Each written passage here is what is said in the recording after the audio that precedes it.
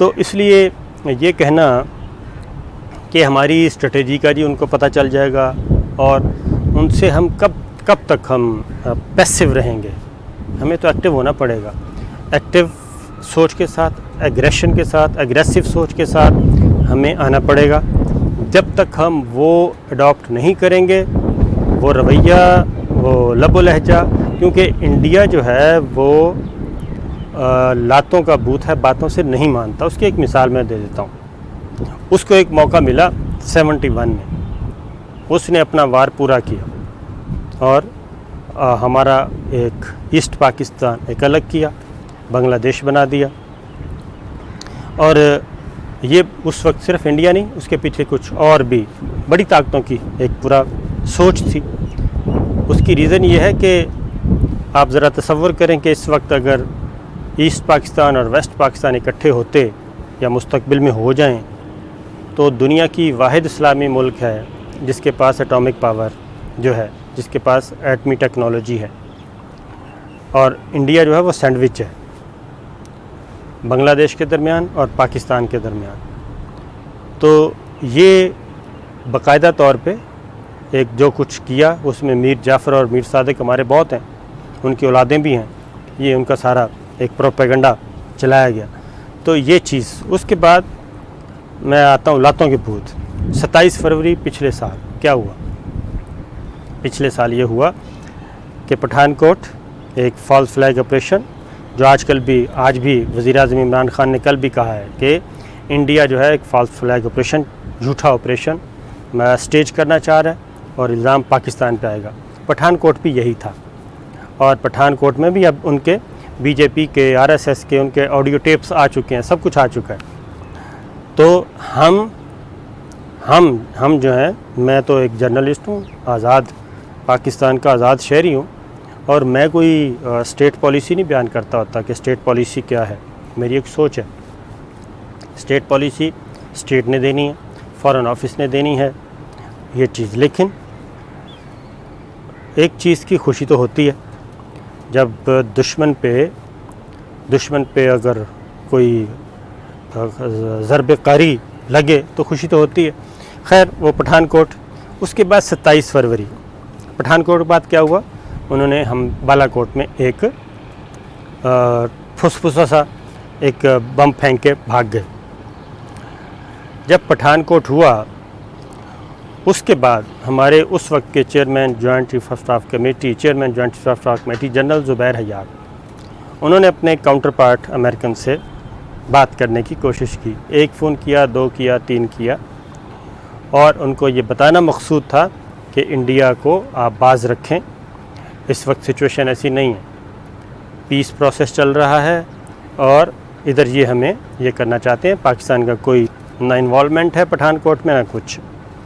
तो ये वो भी जानते थे। लेकिन हमारे general Zubair Hayat, chairman joint chief of staff committee की कॉल उन्होंने नहीं ली थी और इसलिए नहीं ली थी कि वो एक डिज़ाइन था।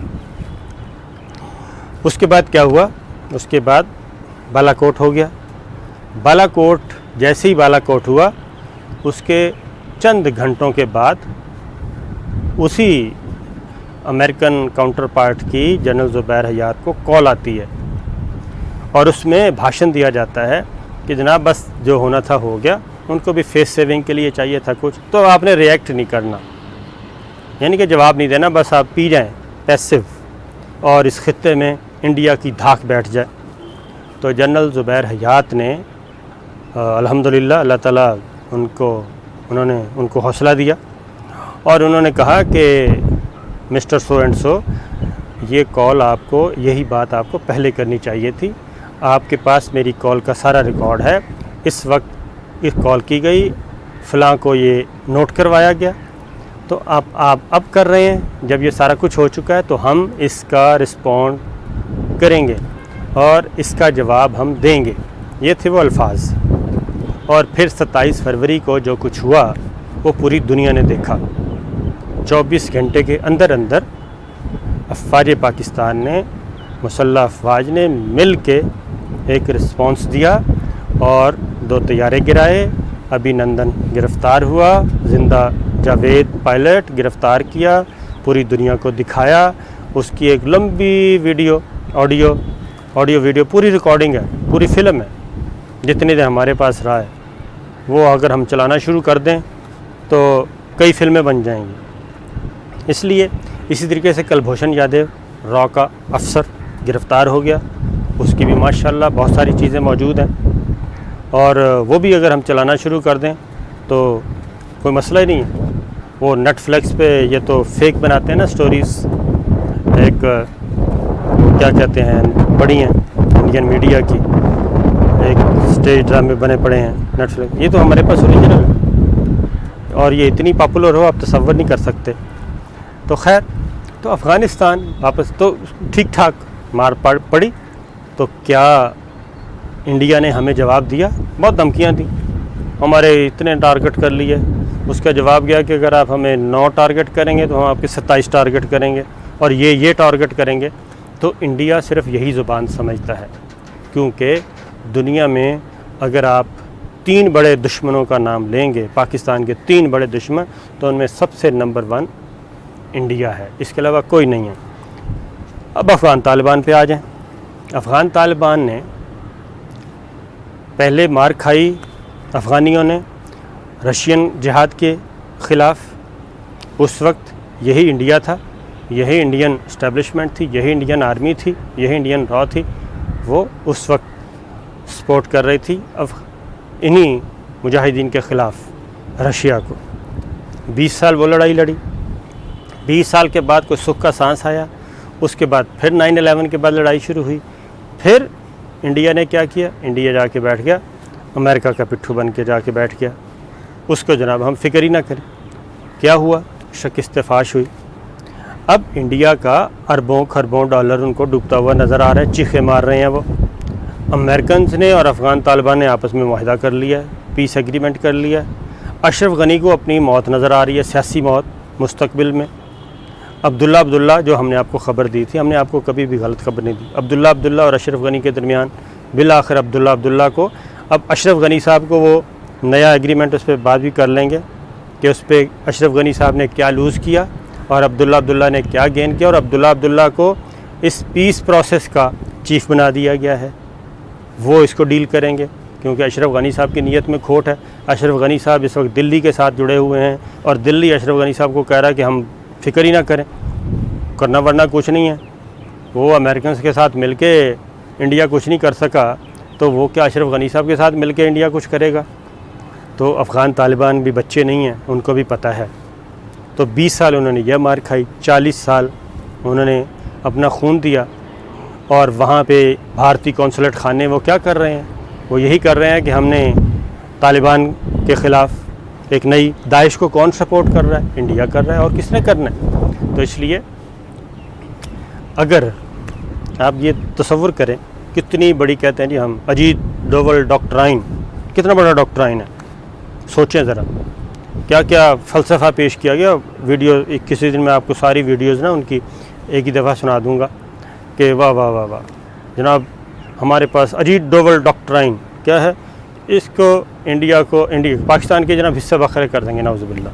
कराची को अलग कर देंगे, बलूचिस्तान को अलग कर देंगे, KPK को अलग कर देंगे, पंजाब को अलग कर देंगे, KPK के 2 टुकड़े कर देंगे। ये एक हसीन ख्वाब थे जो कि सारे के सारे खाक में मिल गए। और हमने अल्हम्दुलिल्लाह, पाकिस्तान ने, पाकिस्तान के इदारों ने, पाकिस्तान की इंटेलिजेंस एजेंसीज़ ने, अफ़वाज पाकिस्तान ने, पाकिस्तान की कौम ने और पाकिस्तान के हर इदारे ने, खा वो सिविल या मिलिट्री, हर इदारे ने 9/11 के बाद जो जंग मुसल्लत की गई थी उससे बखूबी लड़ा।